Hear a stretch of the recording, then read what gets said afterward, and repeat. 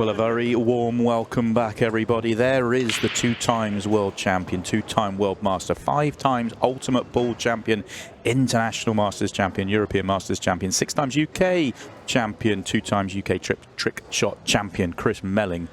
And he's in action in the last 32 of the Pro Series 7. And he's up against Welshman Zach Shepard, who recently had a run through to the quarterfinals of the World Championships. Went really well a couple of weeks ago in Ireland. And he starts us off with a very good break. And he's going to get first opportunity in this 50-minute match, race to 8. He actually came through a match earlier on against Shane Thompson, had to work hard, but he got the victory over the Englishman, and he has another one here in Chris Melling, who had a walkover this afternoon. So first match of the weekend for Chris, and Zach already up and running with a very solid victory. I'm Simon Webb, and I'm delighted to say I'm joined by the basher, Tony Holgate, and very decorated player is Chris Melling, and I'm looking forward to seeing what he got for us today. I can't believe he left quite a few of his titles out, to be fair.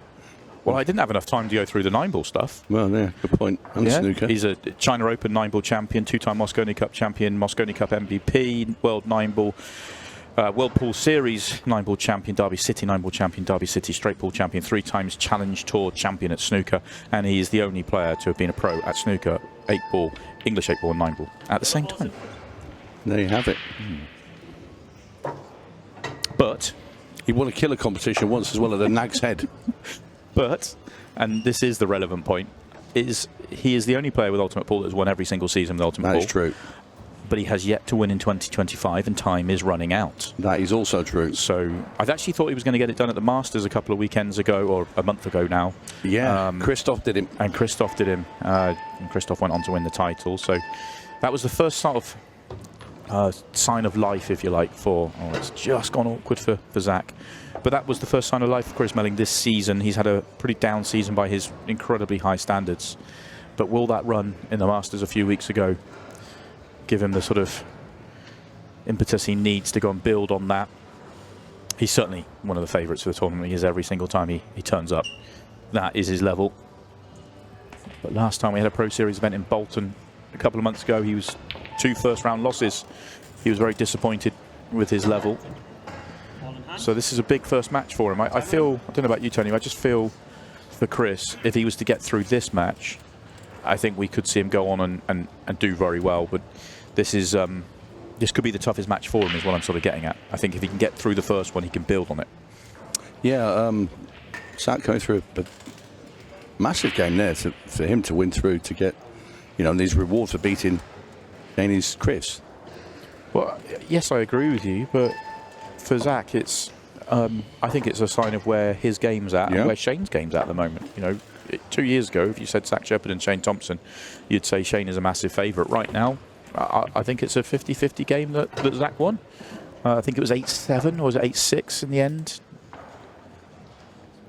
I'm going to go and find that information out, because I think it's obviously 8-5 it was in the end for Zach. So, yeah, Zach's certainly gone up in levels since becoming a professional, and Shane's having a downtime at the moment.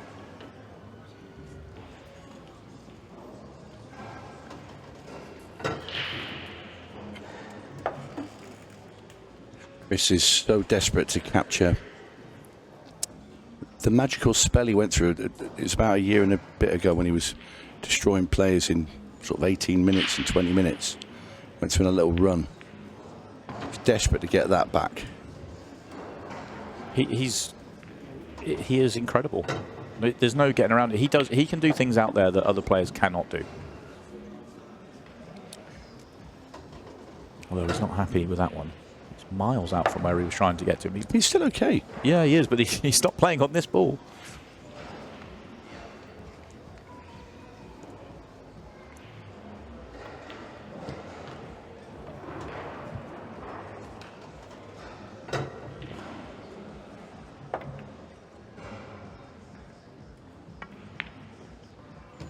Oof.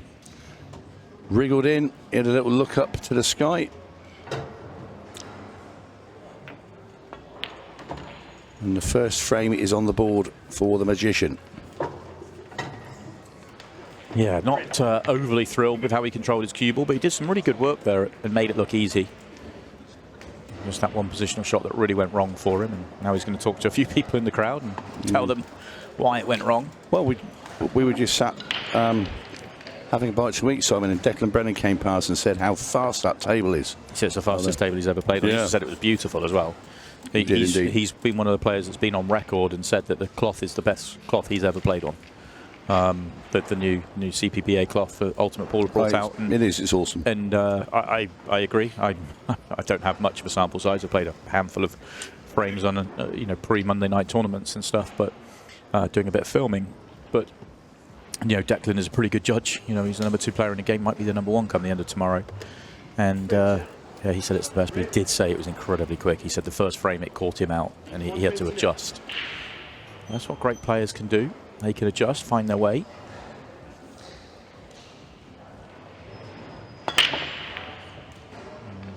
Not the best of hits, that one from Chris. No, not clean. No. Good cue ball. Chris is different to other players. He is trying to get that cue ball to come back and gets that just that little bit of topspin on. He wants it to park and stop. He doesn't want it to rip forward again. He just wants it to park and stop. And he's probably a tip high. And obviously he caught that with a little bit of side as well. Extension call. I mean, Chris obviously has been trying that break for a long time now, and he has huge success doing it. But are you surprised he doesn't? Because with his cue action being so long and so natural, you'd feel just a normal hit on that front ball. Yeah. Without doing, he's trying to do a lot with it, isn't he? Yeah, he is. But he'll carry on regardless. Yeah, he'll do what he thinks right, and absolutely won't listen to anybody like me. I'm just no questioning really. No, there's a case for maybe switching around, but when it does get going, it's a real weapon. So a little bit of safety going on here.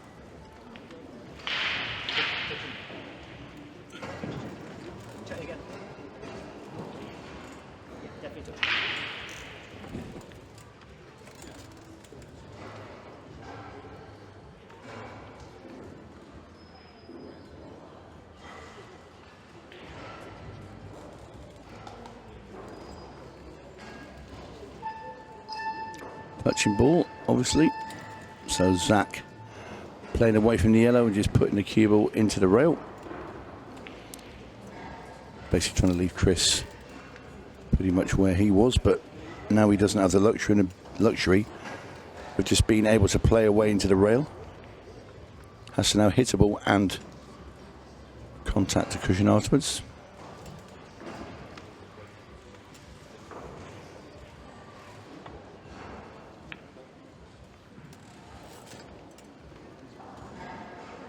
Clever there from Chris, obviously not attempted to pot it.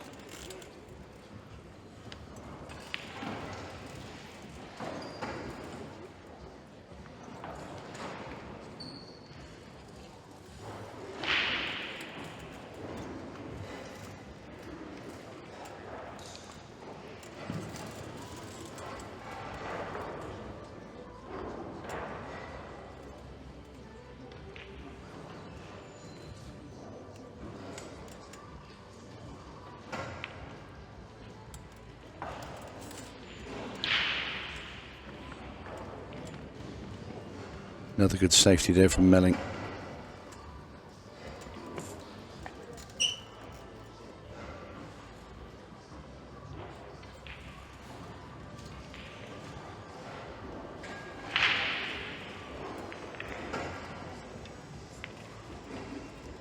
So we are underway with the last 32. There's 8 matches currently in action. We're going to be showing you another match from the last 32 after this one. Still one match in the last 64 to finish, and then Ultimate Pool will pick their games for the next round. We'll dip into the Women's Pro Series. They're getting underway at 7:30. The whole round of the last 32 is being played at 7:30, and we will be showing you Vicky Lomax taking on Amy Beecham. But we'll have 4 matches across the 4 televised tables for you. And then we're going to round out our evening by showing you all last 16 matches from Pro Series 7-4 at 8:45. and 4 at 10 o'clock or thereabouts. They're all roll on, roll off essentially. So we will know our quarter-final lineup by the end of today.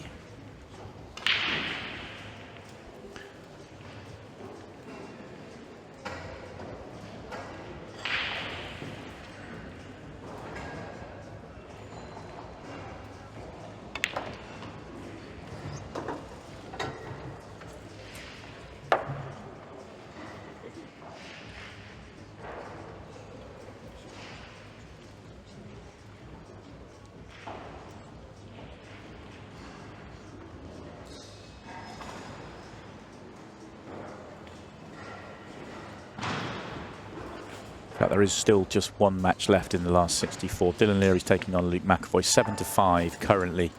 Dylan Leary leads, but the winner of that will play Declan Brennan. The big news, if you've missed it, if you are joining us for the first time, Tom Cousins, the #1 player, is out. He lost to Zach Cooper comfortably in the first round of games in the last 64, and his #1 ranking is under threat. Declan Brennan wins the title.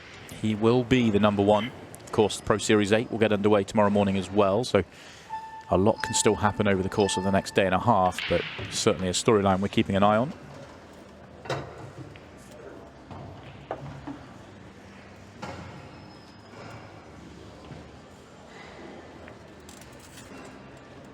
Talking about rankings, Chris Melling's down at 12th in the rankings, and that's thanks to a good run to the semi-finals at the Masters, his first run of the year. He's having a very down year. Yeah, a lot of early defeats. I think he missed one as well. He did miss one weekend, didn't play in the Players' Championship as well. Yeah. So missed a couple of events, but still played enough. Yeah, I remember Bolton, Jimmy Croxton doing for him at one of those there. And Zach Cooper did both. And Zach Cooper. Yeah. Zach Cooper's getting a reputation for doing it, isn't he? A bit of a giant killer. 8-3 beat Tom Cousins. Tremendous result for Zach.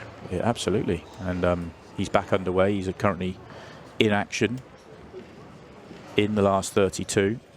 Early stages. I think they're still in the first frame there in that one, where he takes on Carl Morris. In fact, Carl Morris has just won the opening frame. That's over on table 3 if you like to watch it. Zach Cooper versus Carl Morris. In fact, I'll update you just as we see Chris's. Looks like he's going to go aggressive here.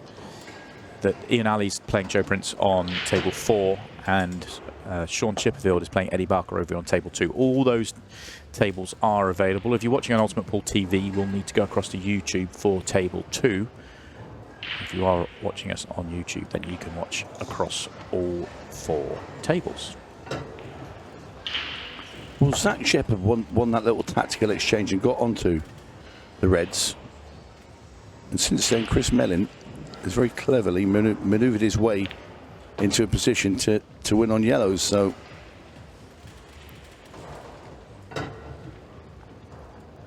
people don't, some players might, I think, underestimate how good Chris is tactically, because he is very, very good. Super pool brain. People think he's just all about galloping around the place potting, but there's a lot more to his game than that. And this is going to be 2-0. This is impressive. That was really good from Chris Melling. 2-0 now against Wales's Zach Shepard.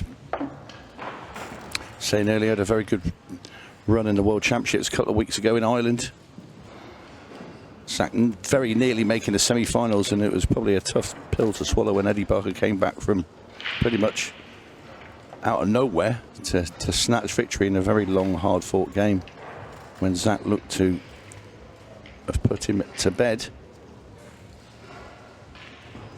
But Chris is a man with a mission. He's aware that he hasn't won a title this year, and it's been mentioned to him because he is the only player. Yeah, it would be a great record, because once that's gone, it's gone. Like I say, he's the only player to have achieved it, and you know, with what Ultimate Pool are doing for the sport, you know, Ultimate Pool are here to stay. You know, when we look back in 5 years, 10 years, 15 years, you know, that could be a big thing. You know, so yeah, it's definitely a storyline to keep an eye on. But there are still a few events to come. It's not this weekend or not at all, but he is running out of time. Well, I think there's only a couple after this left on the calendar. Yeah. Another European Open still to be played. Yeah, Pro Cup as well. Pro Cups, that was the one. I just have this feeling. I thought Chris was fabulous at the Masters, and it took a very incredible performance from Christophe Lambert to beat him. Of course, that's the deep race tournament, and I think that would have done the world of good for Chris. And I just had, with this being Chris's first match of the weekend, I just had this one as a banana skin match for him. Obviously, he's always going to be favourite against Zach Shepard, and you know, in any one-off match, nobody's a big favourite in the pro ranks. Nice bump. Beautiful touch. But I just have that feeling that if Chris can get through this round, I think he could build on it. If he gets into tomorrow, I think he'll be a major danger in the quarter-final stage. So 2 matches tonight to get there. That's what Chris Melling and Chris Melling fans will be looking at. Yeah, I can see that little glide in his step. There's almost a bounce, isn't there? Yeah. It's like pot, and he has a little skip in his step. Very nicely done. Look at this. Chris Melling doing Melling things. 3-0 and boom. Very nice indeed there from Chris. And that's what happens when he starts this and you're sat there and you think, oh, no, not me. Yeah. Don't do it to me. He did it to 𝗏𝗏𝗃𝗏 a couple of years back. Yeah, he's got the 𝗏𝗏𝗃𝗏 was another one. Yeah, 𝗏𝗏𝗃𝗏 played one. He had one opportunity at the table. He played a really, really good safety. I'll never forget it. And Chris has gone out from there and just went out and ran the whole match. Yeah. Okay, there's been dry breaks involved in this, that, and the other, and a similar thing with Carl, but he was just finishing off lampshades. Yeah, never missed a ball. He's got a ceiling that is incredibly high, higher than just about anyone other than the very, very elite ever. It's incredible, really, what he can do out there.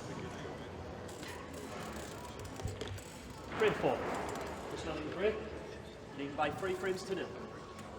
Still, he's only 3-0 and it's a race to 8. There's a long way to go, but he's got the bit between his teeth here.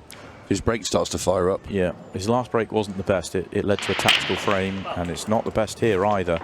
Straight in off. Straight in the centre as well. Time running. You would be hating that face. Not happy. I mean, you know, if Chris is sat there now instead of you or me, he's going, should never do that, go straight in the middle. I was just thinking, how, you know, that's such a bad miss hit for a player that can play at Chris's level. You know, essentially, if he was trying to pot a ball in the corner as hard as he can, he wouldn't miss it as badly as that, would he? You know, essentially, he's trying to hit the ball full ball and he's hit it half ball. I mean, or not even, that's very quarter ball, isn't it, really? Well, this is ideal for Zach because the yellow's a plum.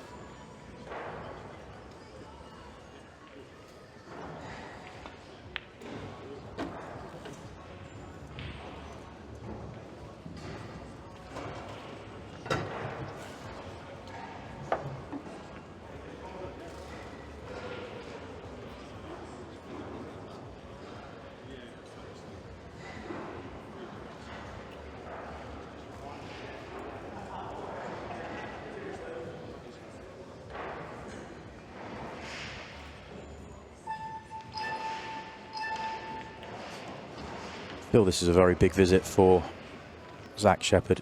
You've got to remember there's 2 players in this match, and Zach's playing as good a pool as he's played in his career right now. And he needs to force his way onto this match and not let himself be bullied out there by Chris Melling. Nicely done there. That's perfect for Zach. Just a nice little angle just to pull the cue ball across the table now to leave himself a straight yellow into the top left.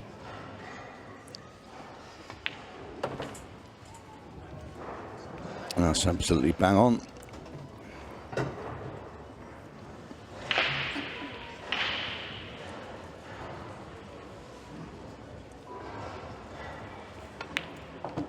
Nicely done. Zach Shepard's got the easiest job now, potting the 8 ball and getting himself on the board. In goes the 8. Zach Shepard is off the mark, and that'll just settle him a bit, you know. When you had the Melling gallop round the table for the last frame, and yeah, we've seen it all before. Lots of different players, great players have been sat in that chair and had to suffer.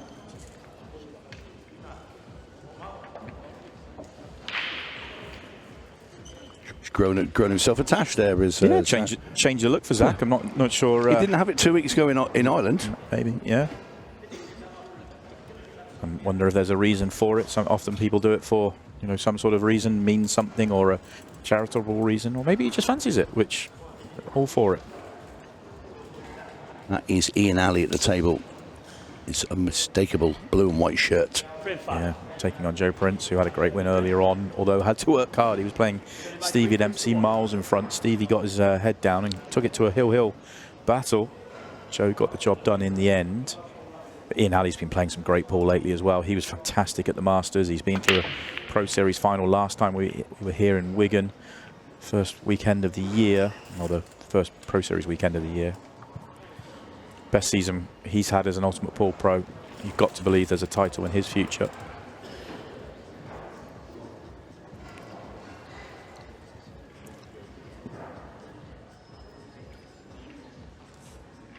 Not the best of splits, this one, on the dry break. I'm just wondering if he played the thin cut with the red into the corner and just clattered into everything, but... Extension fault. Could do. I feel like you might end up going full into the yellow and end up all catching it on the underside and actually do no damage. Let's see how wide it throws. Yeah. Well, he missed the pot as well. And he's opened it up. Ooh. That secondary kick into the pack is just... If he's on that red to right centre now, this is actually a pretty decent opportunity. Yeah. There's problems getting on the one at the top on the left-hand side. But... certainly an opportunity. You certainly want to be stripes rather than the solids. Red ball's not there.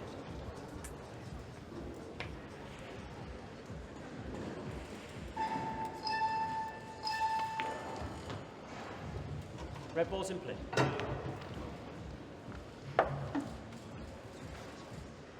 Do you feel there's enough room to play the double on the red on the left-hand side, as in, not now, but I was going to say, with the red being over the pocket, it makes it almost a more open double for you.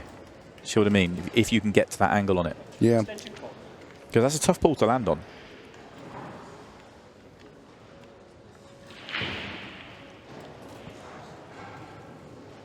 I'm surprised he's not taking the one to top right. Doesn't like it for some reason, but Has to take he will that, not surely. he will not get better on it than he is.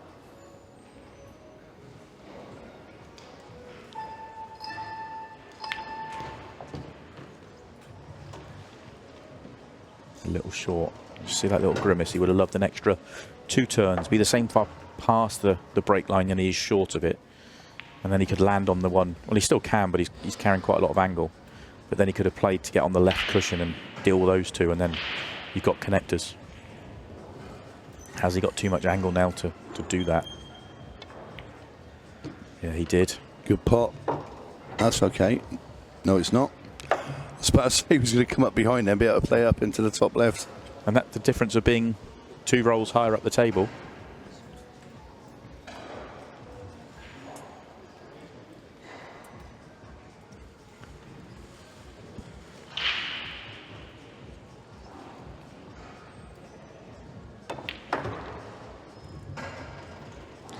Oh, he's really backing himself to Q1 in here. Yeah. This was as good as he could get on this ball. Big shot now for Zach. Yeah.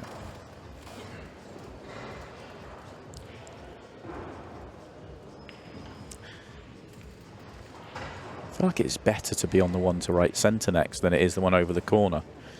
But that's going to add tariff to the shot. I think you just have to accept what you've got here and drop this one in. Finish underneath the yellow.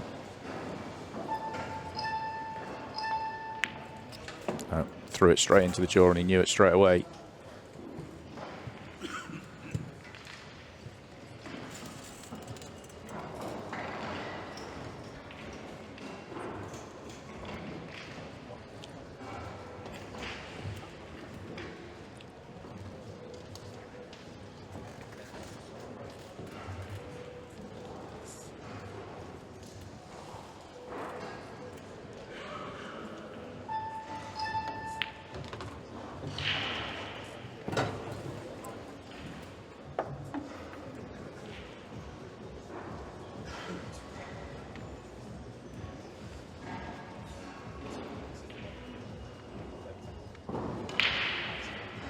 Well, I think Chris wanted to get the cue ball further up so he could play the double with the yellow into the left-hand centre and kick these two off the rail. He's tried. And that's the only thing. You can only get one of them off. If he'd gone a bit further, he could have got the pair of them off there, but still at the table. Not an easy cut, this, by any stretch of the imagination.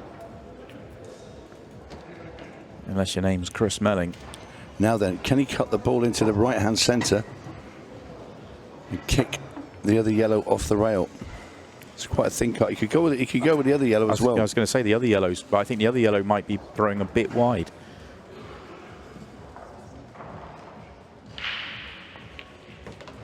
Oh, it's perfect. Oh, just glanced it rather than getting it. Things are getting interesting. So how that red is by that jaw. If he could play the loss of turn and get the cue ball to follow through down into the bottom, right at the bottom of the table. They see it needs to be sort of double kissed in.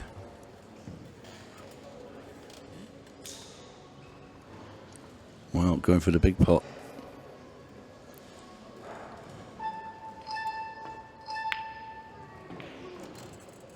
And it just spits up far enough for the red still to go. So an opportunity here for Zach to get back within one. That was super high tariff for Chris to take that on. You wonder whether there was better safety options when he came to the table. Could he find a loss of turn and a... There was nothing obvious, but could he find a loss of turn and a snooker at the same time? Maybe pot one to get to that. He's going to always back his aggression and his ability.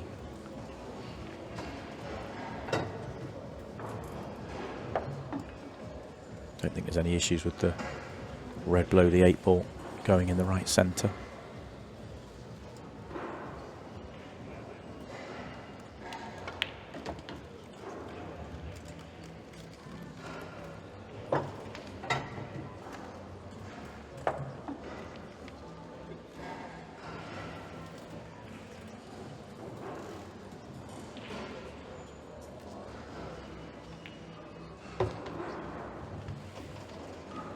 So, straightforward, 8 ball, top right-hand corner. This for 3-2, 2 in a row for Zach Shepard.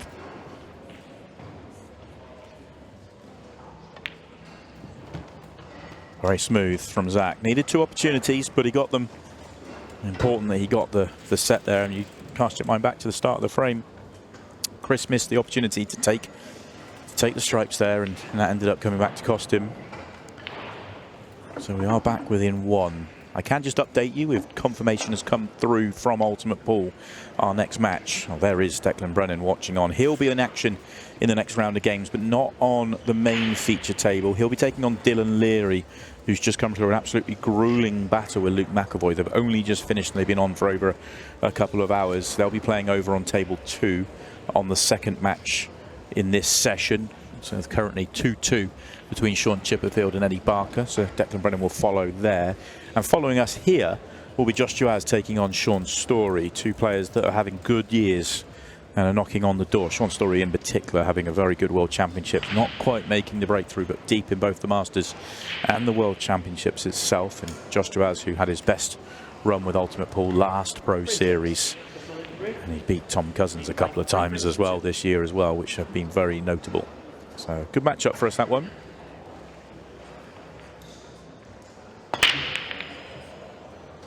That's a bit more like it from Chris Melling and his break. Finally makes a ball and not the cue ball this time. Still didn't really explode on him, did No. they? He still was kind of almost a soft explosion.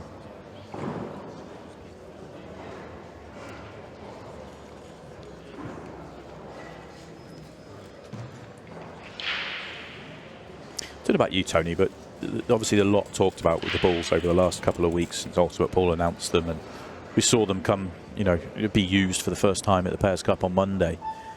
See, it's very different seeing the numbers and the stripes and the solids and so forth. But one thing I absolutely love about the 8 ball's back to being a black ball.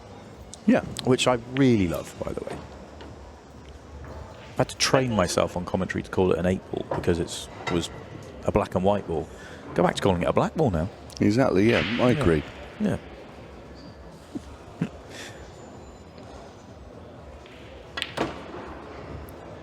Misses his cannon, does Chris. Was hoping to get the red full in the face and bump it towards the left centre pocket. And then from there, he would have had pretty light work. He's got a tough job now, getting to it.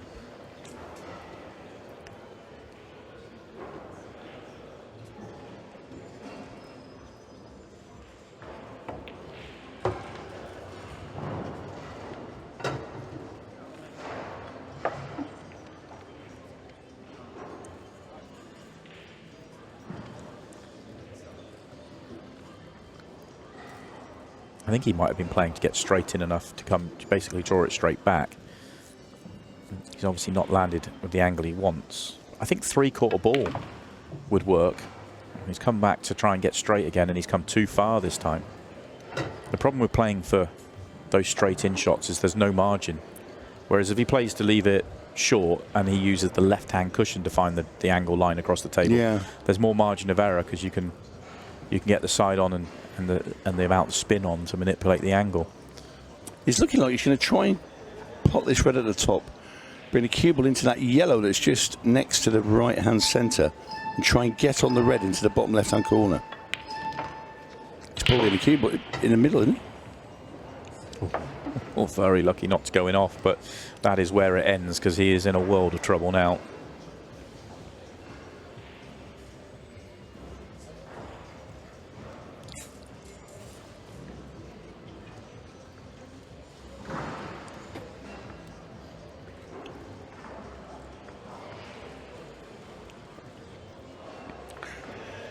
Well, it wasn't so long ago. I did fear for just Zach Shepard when it went 3-0, Chris, and he was skipping around the table, started to get into that flow. And that's the importance of winning a frame and stopping the flow.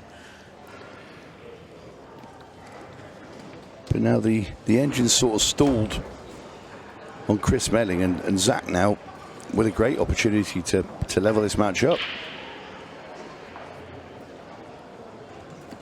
Those two yellows need nudging apart near the right-hand bottom corner. He does have ball in hand to do that, though.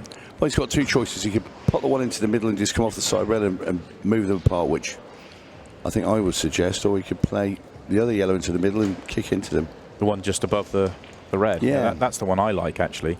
I don't like this one, because you could end up on nothing, although you retain control of the table.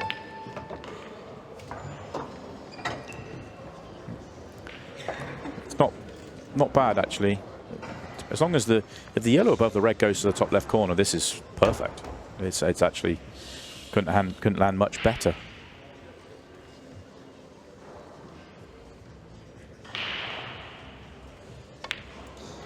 Oh, that's a wide though. Yeah, he pulled off that bit. Is he gonna? No. Yes. Wow.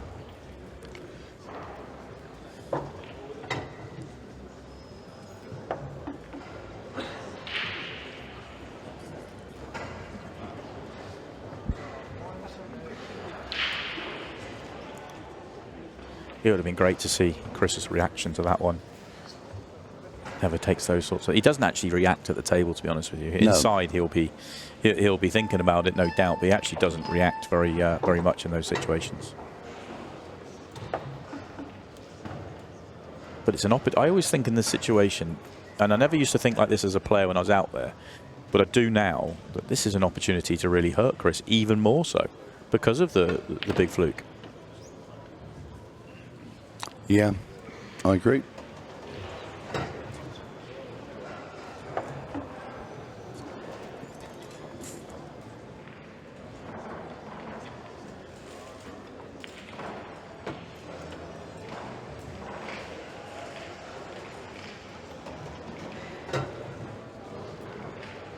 So Zach Shepard, 2 yellows and a black ball away from being level with Chris Melling.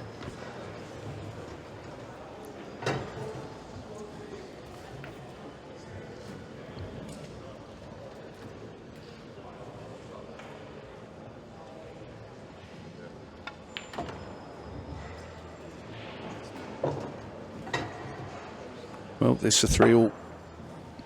He's had a bit of fortune in this finish. That's fair to say.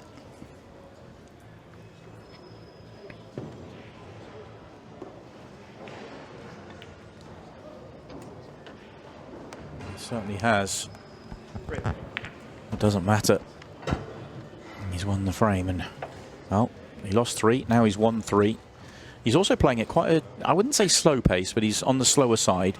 And I don't know whether this is a conscious effort to slow down a fraction for himself, or whether it's something he's decided to do playing Chris. But it's certainly eating quite a lot of the match clock. He's been very, very methodical out there, and normally he flows a bit more than this. I don't know whether that's there's a reason for that, but I think it's a good thing for him, because you give Chris time in his chair to think about it. Well, while they're racking the balls up, I can tell you that the Masters champion Christophe Lambert is flying along nicely. 4-1 up over Neil Raybone. Ben Doyle 4-3 up over Rob Chambers. They're not on TV tables. Can't watch those ones. Just keep an eye on the score. In fact, it's just gone 5-1 to Christophe. Carl Morris is 2-1 up over Zach Cooper. That's over on table 3. Table 4, it's 4-2. Joe Prince over Ian Alley. Mark Shepard's on commentary for that one, if you'd like to go and keep an eye on that match. Sean Chipperfield and Eddie Barker, the over 50s world champion Eddie Barker. Great win in that match against Lee Kendall. And yeah, they're 3-3. Josh Kane is 4-3 up over 𝗏𝗏𝗃𝗏. And the winner of this match will play the winner of Callum Singleton and Jimmy Croxton. And it is 3-2 to Jimmy. There was Leanne Cragg and her daughter. That is Zach Shepard's partner and daughter. Yeah, Leanne, of course, a member of the England squad. She's played over in Ireland as well at the World Championships. Must be a very good player, Leanne. One of the backbone of the England women's team. And with their skipper, Barbara Taylor, and super side that they've got. Zach's brake's not working. He's not quite catching it right. Looks like he's mistiming it a touch, and certainly not generating the power that he would want to do.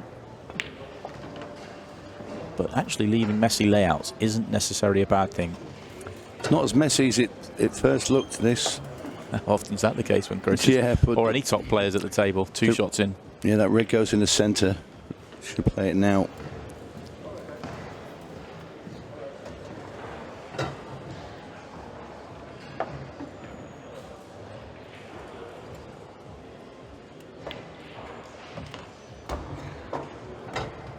Slightly overdone that one. Using a little bit of control here. I just wonder if he was, when he didn't move the cue ball very far on that previous shot, whether he was trying to leave himself straighter in, and when he's not moving the cue ball very far, that would be disappointing for him.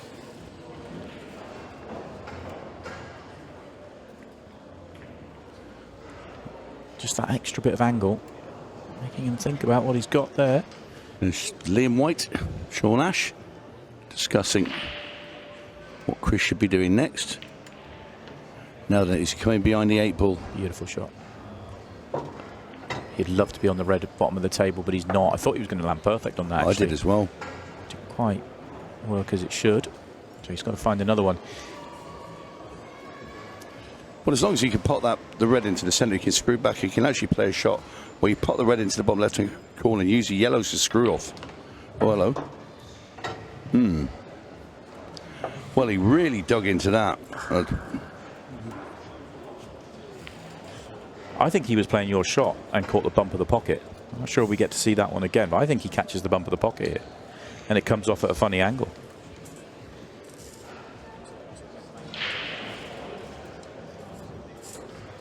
Because he's not going to misjudge a shot by that far, is he? I mean, he's 2 foot when he was only trying to move it. Half that. Going for the length of the table double, which he's not going to go. And once again, Chris falls over. Let's just have another look at that. Does he catch the bump of the pocket here? I don't think he was going to catch the yellow anyway. It may have straightened up a touch off that bump. But certainly nowhere near where he was trying to get to. He's left the red blocking the yellow top left, which will just slow Zach down a little bit here. But Zach will be over the moon here. He's in the driving seat. Yeah, all Zach needs is ball in hand. I said it's all he needs, but if he gets the ball in hand, he can put it at the top there. Deposit that yellow into the top right-hand corner, leave himself a little angle to come down, and should get himself in front. It looks like he wants to be more aggressive than that, which would be a surprise to me. Yeah, with that, well, with the position of the red and the yellow at the top, yeah, I agree. Is the Chris Melling effect in operation here, in terms of when you're playing Chris Melling, you don't want to leave him in a snooker, even if it's the right thing to do?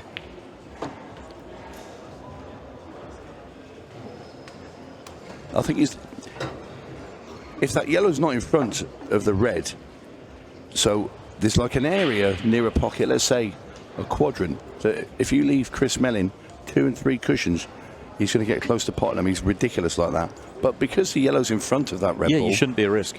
No.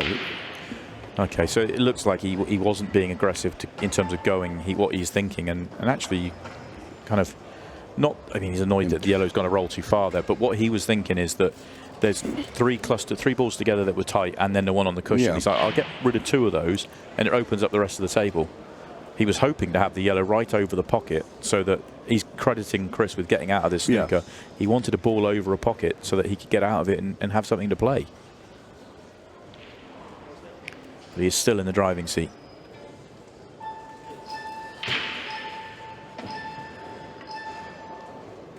No. And that should be that. He tried to come off there and hit that red ball full in the face and just knock it into the cushion, leave the cue ball stuck behind it. Zach's yellow. Yeah, not just trying to hit it, more than that.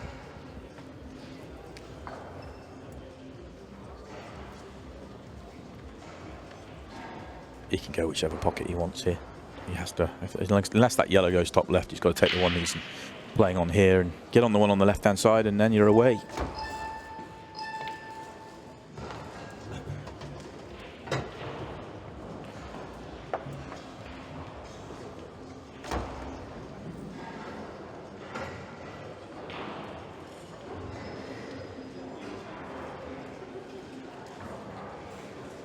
He's sort of the same as I just said in the last couple of frames as well. He's just being careful, isn't he? He's methodical out there.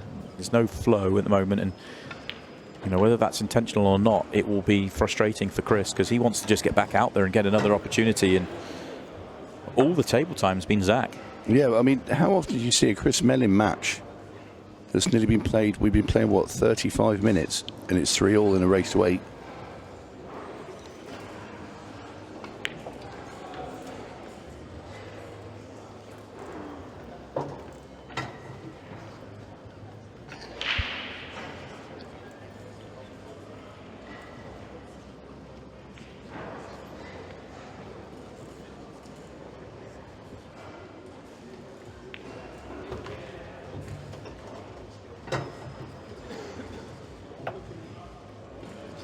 He's just had a look at the 8-ball into the right centre. I think he's straight enough to hold, but he's also got enough angle to go up.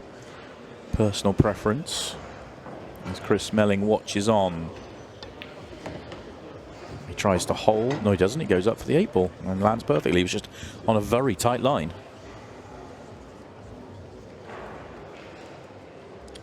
Well, it looks to have seen Chris Melling's 3 frames in a row and raised. This is 4 in a row for Shepard. And in it goes. And it is the Welshman now in front. As Chris Melling is back, ready to break off. That's what he's trying to do with the cue ball. That's the break he's been looking for. Best one he's hit so far.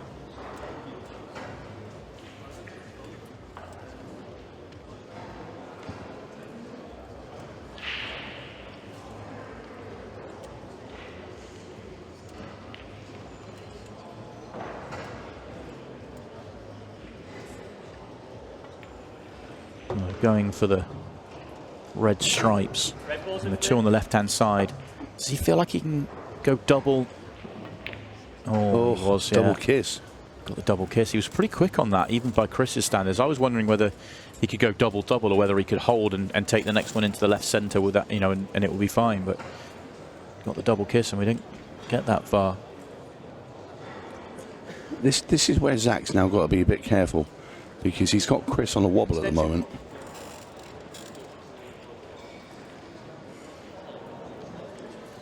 Doesn't want to let him go.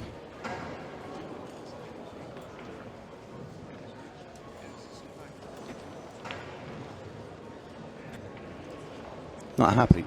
Really not happy.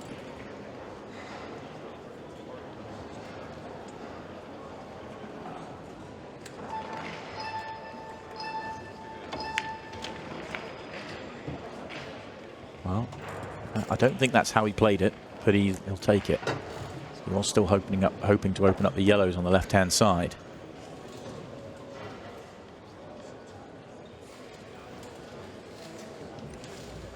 How big do you want to go here? Does the top one of the three double? And then it really is going full out aggression. Straighten that up dramatically. Yeah.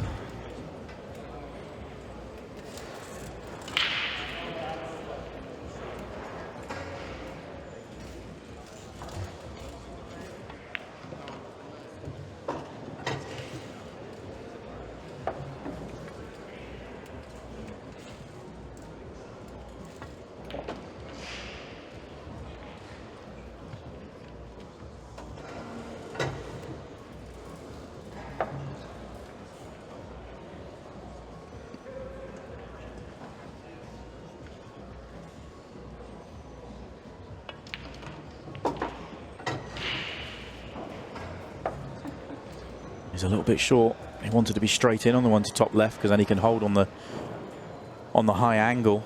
He's got too much angle here.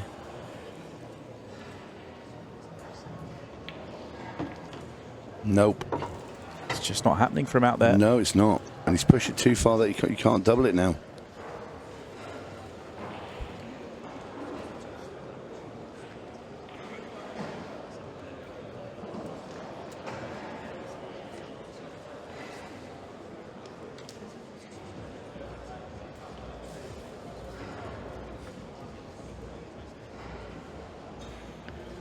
Shepard, very interesting spectator, interested spectator right now. As he watches Chris just bump his red up to the top cushion and gives him a little bit of freedom here. Yeah, wants to sort of develop the two yellows on the left-hand side. He could maybe flick into them and put the cue ball behind the black ball at the bottom of the table. Does he just go, though?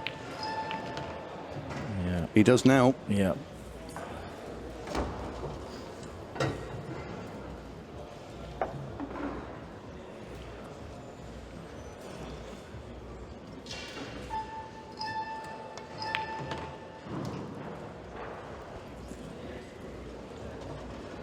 Might have landed nicely on the bottom yellow here.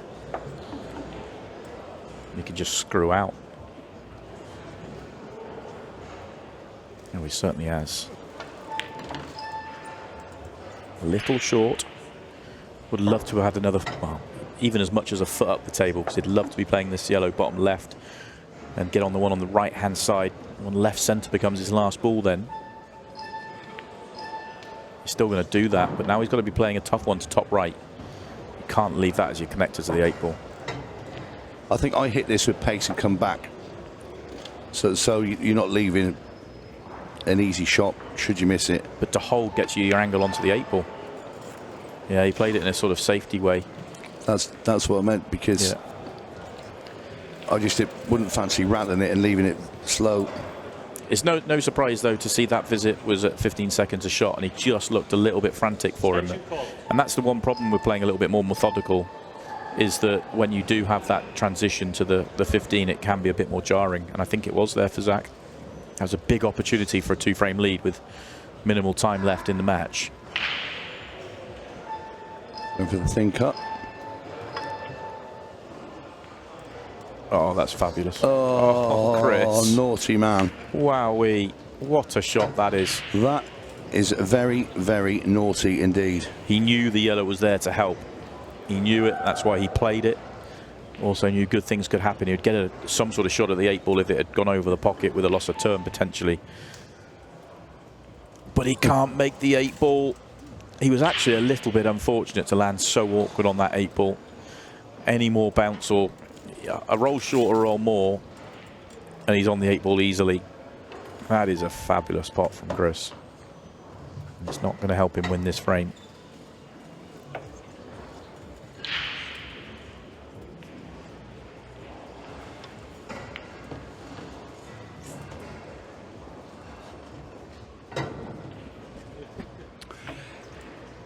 tap-in black ball for Zach to go 5-3. In it goes, and Zach Shepard is now 5 in a row. Chris has had his chances. And that, you feel, was a very big one there. Played such a great shot to knock in that last ball, and then I don't know if I took it in the middle. I think he could have cut it back in the corner.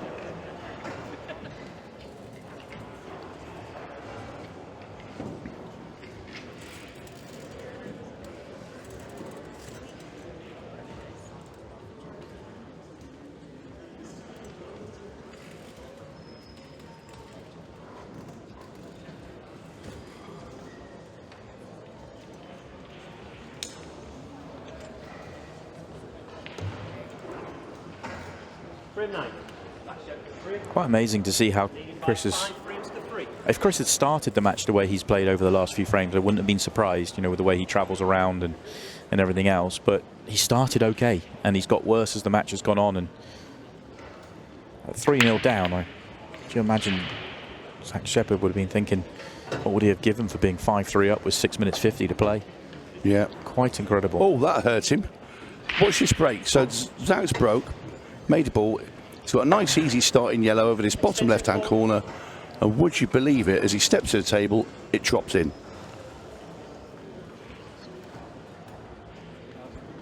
Well, it did. It did. We didn't get to see it. We didn't get to see it. Mark the replay man down. He missed it.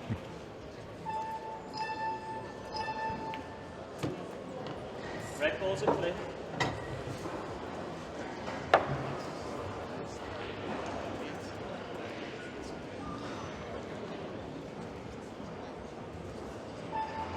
Yeah, that forced his hand, really, because I'm sure that Zach would have probably taken yellows as well if he had that easy starter over that pocket.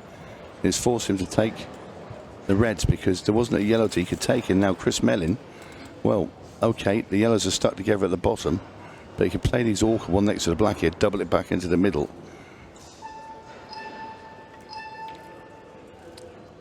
And he's missed again.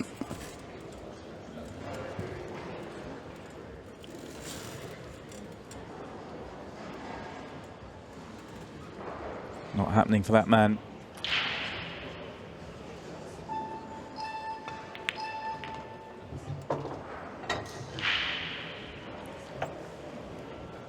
Five minutes 20 left. This is tough to get out from here, but it might not be as tough as it looks. I think there's a red that does it go through the gap? Yeah, I do. I think they're there. So if he can get on the bottom one, I thought he would want to get onto it straighter. And then you can just drop it in and hold on the other one. Now he's potentially going into it.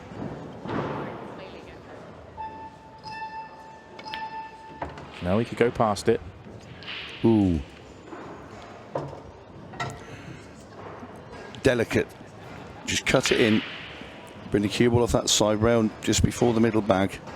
And leave yourself a cut with the red down to the bottom left last. Has he overhit it?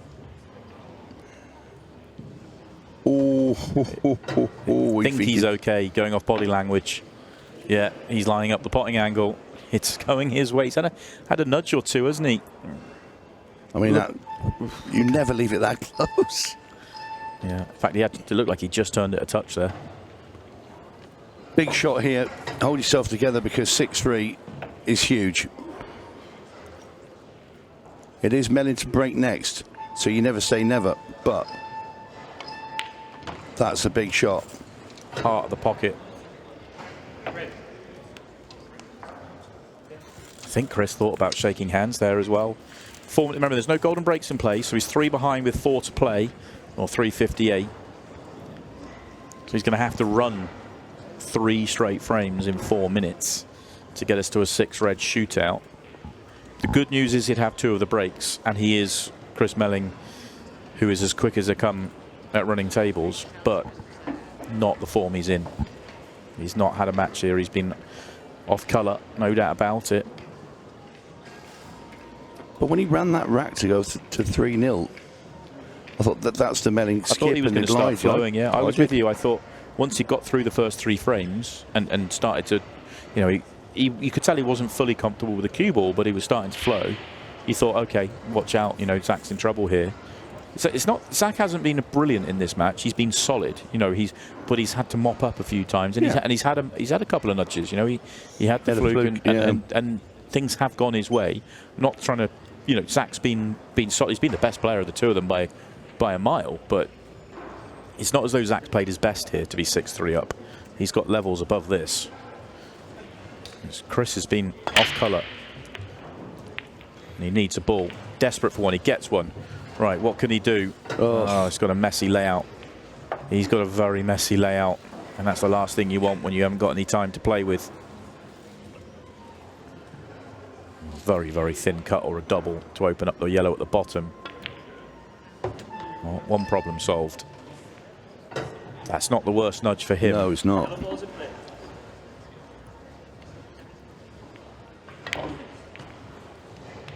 Oh, that's unlucky. If that doesn't go, that's unlucky. If it does go, it's very good. I think he does. Oh, he's on it.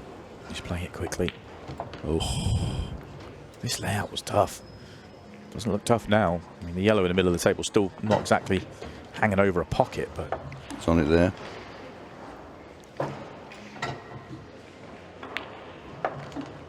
Can he beat the minute here? Can he beat the minute and keep 3 on the clock? It was a long way short. Yeah, he's going to have the cue ball riding around the table now as well with this. Use the red to hold. Well. And it is a fabulous finish, that one from Chris Melling. That was very, very tough, and he did it in 1 minute and 10 seconds. Keeps his hopes alive, just.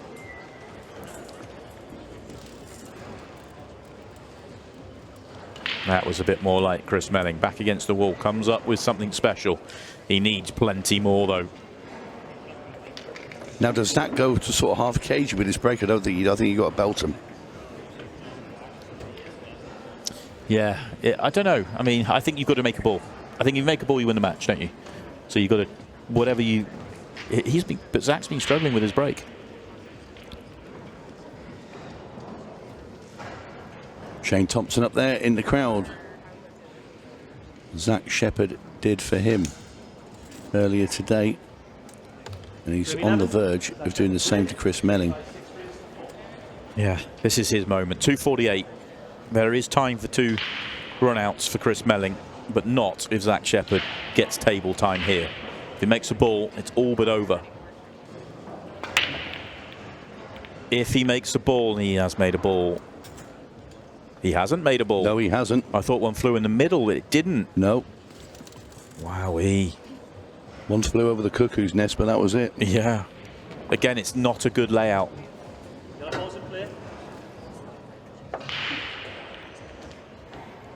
It's looking better now. It's looking better now. Long. Oh, I can play it in a minute now. Take the long one first.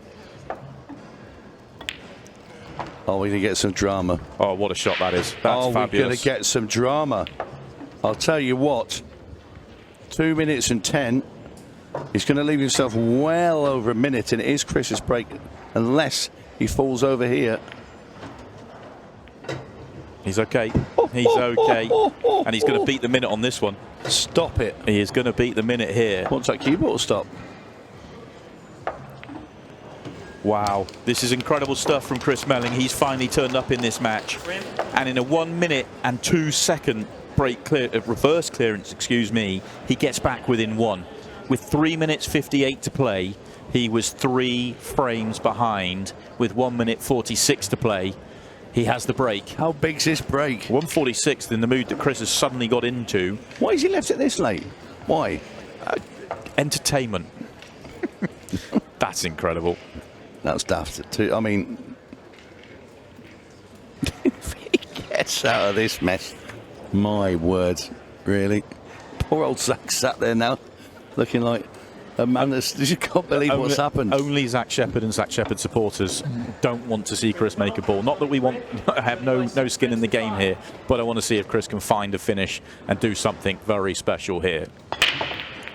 Needs a ball. He's got a ball. How good's the layout? This may be his best layout of the match. Needs to let the ball stop rolling. 8 ball is a slight awkward ball. I don't think it is. Do you think it goes top left? I do. The yellow though. Oh, that's a bad shot. Where's the yellow in the middle of the table okay. go? He's got plenty of time. He wants to win the match. He wants to leave 45 seconds reverse clearance. Well, don't leave too much unless Zach comes back and does it, but he's still got to get these yellows. He's still got to get them. Has he got? He's got a lovely angle. He's got a lovely angle to stay above the other yellow. Oh, this is special. This is ridiculous. This is seriously, seriously special what we're watching here. Oh my God. Honestly, and he's going to leave. He's going to leave a minute. That's his quickest one of the lot. With 57 seconds, excuse me, left to play. Chris Melling gets himself all square. There is time for another frame here. This is something off the charts. With 3:58 to play, Chris Melling was 3 frames behind. With 1 minute to play, well, 57 seconds to play, he's all square. That's 3 frames in 3 minutes. Now, bearing in mind, Zach Shepard was on the hill for ages in the World Championship against Eddie Barker, and had that come back in. Couldn't get over the line, could he? Could not get over the line. And you would be thinking, and there was no match clock on that one. This was 3 minutes and 58. You think, I know it's Melling, but a wry smile from Chris Melling there, sat in his seat. And I'll tell you what, there's a fair old crowd of bots.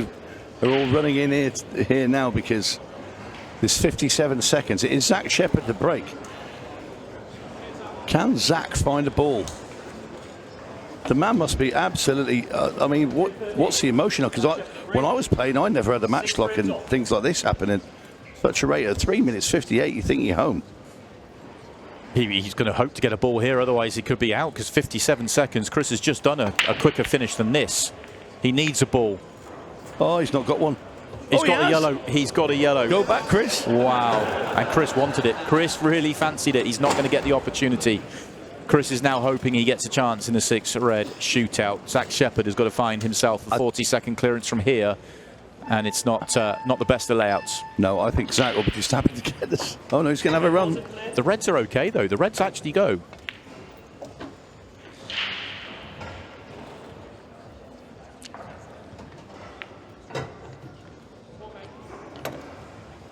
That's a red off the black ball here and plant the other 2. I didn't. The bottom one goes, doesn't it? Yeah, but I think the plant he might have made 2 in the same shot. Yeah. It's not going to fall in, and with 10 seconds left to play, there is nothing that Chris Melling can do. Well, Zach Shepard has had it all thrown at him. The match was in his hands with 3 minutes 58 seconds left to play, but it is Chris Melling that gets us into overtime. He takes us to a 6 red shootout. Tony, we have been lucky enough to commentate on Chris Melling doing some stupid things out on that table, but that's right up there. Oh, it is right up there. Right at the top of the tree. The man was dead and buried, gone. Playing, I mean, wasn't even playing average. He was playing poor. We've seen players have 1 minute breaking clearances. That's become commonplace now at the back end of matches. We've seen the quickest we've seen is 28 seconds. It's happened. But to do 3 frames when you're 3 behind with 3:58 to play and leave 57 on the clock, that's 3 frames in 3 minutes and a second. That's actually insane. It really is. 45 pool balls in 3 minutes and 1 second. How's the split? It's a brilliant split as well. It's a brilliant split. This could be ultra quick. Oh, he's going to have to let the cue ball run. That's the problem. He's waiting. He's waiting. That's the problem. He's okay though. Still going to be sub 20, is it? No, it's going to be about 22. Okay, I said he should take 22 and a half. He's got 22 and a half. He'll be so disappointed that he played that shot and let the cue ball run, because you can see how quick he can play. That tap, that stop. Yeah, he's pulled a face. He's wasted 4 or 5 seconds. The second shot he played, if he pulls the cue ball back 2 inches, which he has to wait for, obviously, then it stopped. He's going to be ultra quick. I think he's lost 4 seconds. I think at least 4 seconds. Maybe a bit more. At least 4 seconds. Yeah. He would there if he'd have got that right. Bang on. He was 17 seconds. Then you're looking at Zach would need a world record to go and beat him just about. That's good. It's brilliant. This is on. He's got to let the cue ball run as well. Long ball. That's clever. Don't stop looking at it. Don't wait. No, I don't know why. He's got to take this long. He's not going to do it. Oh, is he?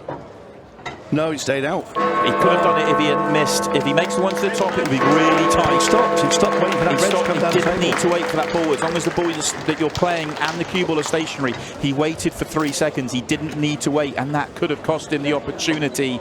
And somehow, some way, Chris Melling has won a match he had absolutely no right to even think about winning. He was so close to conceding with 3 minutes left to play in the match. He almost put his hand out to shake hands. That's how far behind he has gone. He had both cues in his hand and his towel in his hand. He was leaving. He certainly considered it. That was one of the most ridiculous things I've ever seen on a pool table. Chris Melling has done it again, and he is into the last 16, and that does not tell the full story. I cannot wait to pop out to the arena and have a few words with him and find out what he thinks about that. He's probably got a few words to say, that is for sure.